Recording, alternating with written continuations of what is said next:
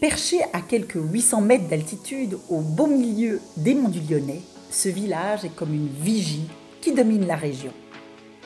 Bienvenue à Avez. C'est reparti pour une journée sur le terrain à la rencontre des citoyens et des acteurs locaux qui font notre circonscription. Au sommaire, ce mois-ci, nous irons à la rencontre de Cyril Poncet, un éleveur caprin passionné. Puis nous découvrirons le centre médical de l'Argentière, un site chargé d'histoire à l'aube aujourd'hui d'une importante restructuration. De retour dans le centre-bourg, nous reviendrons enfin sur les nouveaux aménagements de la place de l'église avec le maire Michel Bonnier. Nous avons rencontré des Avézoises et des Avézois engagés et pleins d'énergie. Cette belle énergie, nous avons voulu la partager dans cette deuxième vidéo consacrée entièrement à Avez. Depuis le clocher de son église, on distingue, paraît-il, 36 villages des alentours. La commune en tire son nom. Avez a une vue imprenable sur toute la région. Une région attachée à son cadre de vie et à ses espaces naturels et verdoyants. La commune compte encore aujourd'hui une trentaine d'exploitations agricoles. Cyril Poncet est un éleveur caprin passionné. Il nous ouvre les portes de son domaine. Un domaine qu'il a fondé il y a 10 ans. Avec mon épouse, on s'est installé sur la commune d'Avez avec nos 180 chèvres à l'époque. Et aujourd'hui, on a un troupeau de 160 chèvres. On a baissé un petit peu le nombre de chèvres, mais on transforme aujourd'hui toute notre production. Ici, les chèvres sont bien loties. Exactement, on a un bâtiment ici qui est un petit peu atypique sur les monts du Lyonnais. On a un bâtiment multi-chapelle. Donc c'est un bâtiment structure légère avec une couverture en bâche, mais une couverture isolée. Donc, ce qui fait que l'hiver, on a une ambiance chaude à l'intérieur et l'été, on a une ambiance plus fraîche qu'à l'extérieur. De quoi satisfaire tout ce troupeau qui fait du bon lait, 100 000 litres par an, pour faire du bon fromage. Confectionné sur place, s'il vous plaît. Pour Cyril et sa petite équipe, les journées sont bien remplies. Les journées sont bien occupées, à peine assez longues, parce que suite à cela, il y a toutes les préparations de commandes et la commercialisation qu'on réalise tout au long de la semaine. Du fromage blanc au fromage sec, de la rigotte jusqu'à la taume, on en salive d'avance. On est ouvert, on a un point de vente à la ferme ouvert tous les matins, du lundi au samedi, de 8h30 à midi. On a 2 marchés par semaine, le jeudi matin à Sainte-Foy-l'Argentière et le vendredi soir à Saint-Pierre-la-Palue. Et on livre également quelques grandes surfaces du secteur. Malgré les contraintes de la profession, c'est pour Cyril un véritable métier passion. On travaille avec la nature, avec du vivant et c'est ce qui est intéressant. Donc c'est un métier d'avenir, le consommateur a besoin de nous, nous on a besoin d'eux. Et en travaillant ensemble, c'est comme ça qu'on avance. D'Avez, vous connaissez peut-être son restaurant, apprécié autant des autochtones que des visiteurs. Dans le domaine de la santé, son hôpital est lui aussi réputé. Le centre médical de l'Argentière occupe un site chargé d'histoire. Son histoire commence au XIIIe siècle, en 1273 exactement, où un prieuré de religieuses bénédictines a été installé, puis est devenu en 1804 un séminaire fondé par le cardinal Fesch, l'oncle de Napoléon Ier, qui en a fait le séminaire le plus distingué de France. Depuis 1905, c'est devenu un hôpital pour les blessés de la Grande Guerre, puis un asile, puis un sanatorium. À l'intérieur aussi, les traces du passé sont toujours bien visibles. Voilà, nous sommes dans le bureau de l'abbesse, Madame de Gaillardon de Fenouille, qui fut abbesse de l'Argentière. Et derrière moi est la chape du cardinal Fesch, qui a fondé le séminaire de l'Argentière. C'est aujourd'hui un centre de rééducation disposant d'un plateau technique de haut niveau. Tourné vers l'avenir, le centre médical de l'Argentière est à l'aube d'une importante restructuration visant à le moderniser. Ici, on ne parle pas du passé, mais de l'avenir maintenant.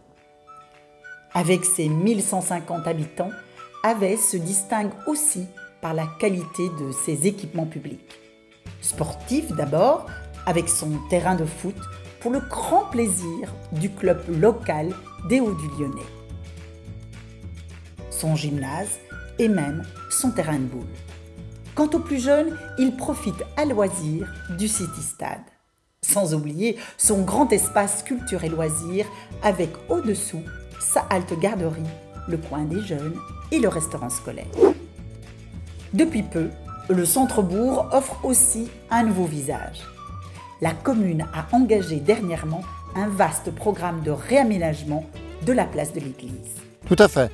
Donc déjà, on a commencé par faire ce qu'on appelle un plan guide.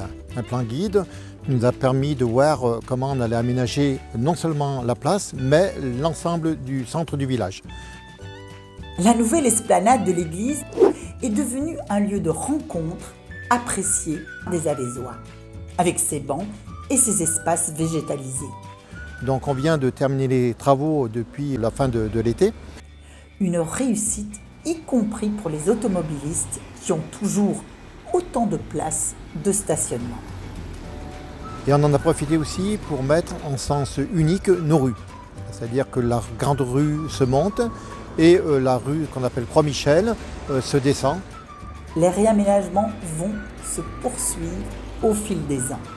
Donc maintenant, nous allons continuer à aménager nos rues. Et juste à côté, il y aura aussi une construction d'un bâtiment vers l'école. Où là-dessus, on va mettre aussi une MAM. On va réinstaller une maison d'assistance maternelle qu'on a déjà, mais qui est trop petite. 11 logements prévus avec 2 maisons jumelées. Notre journée à Avez se termine à l'espace culture et loisirs avec la réunion publique de rentrée organisée avec les citoyens du conseil de circonscription. Cette instance citoyenne, informelle, non partisane et ouverte à tous, a été mise en place dès 2017 à l'initiative de Thomas Gassillou. Depuis, le CDC se réunit tous les mois en séance publique dans une commune différente de la circonscription. N'hésitez pas à les rejoindre. Un moment d'échange passionnant où chacun a pu s'exprimer dans l'écoute et le respect mutuel. Je suis présidente de l'ADEP, Association de défense des droits des enfants placés et de leurs familles, qui a été créée en mai 2023 et qui vient d'être reconnue d'intérêt général à caractère social. Le conseil de circonscription a fait état de ses projets.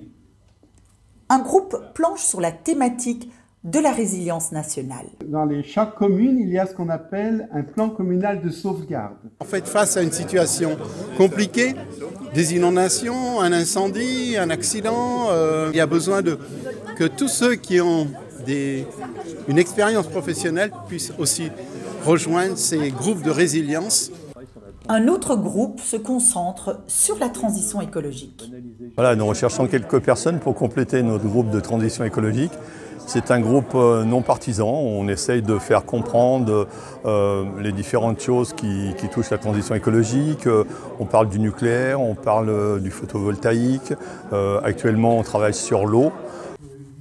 Alors que le groupe éducation se mobilise contre le harcèlement scolaire, le groupe fin de vie, lui aussi, poursuit ses investigations.